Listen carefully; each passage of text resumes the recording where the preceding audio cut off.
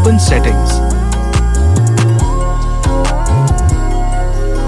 Move to the bottom of the screen.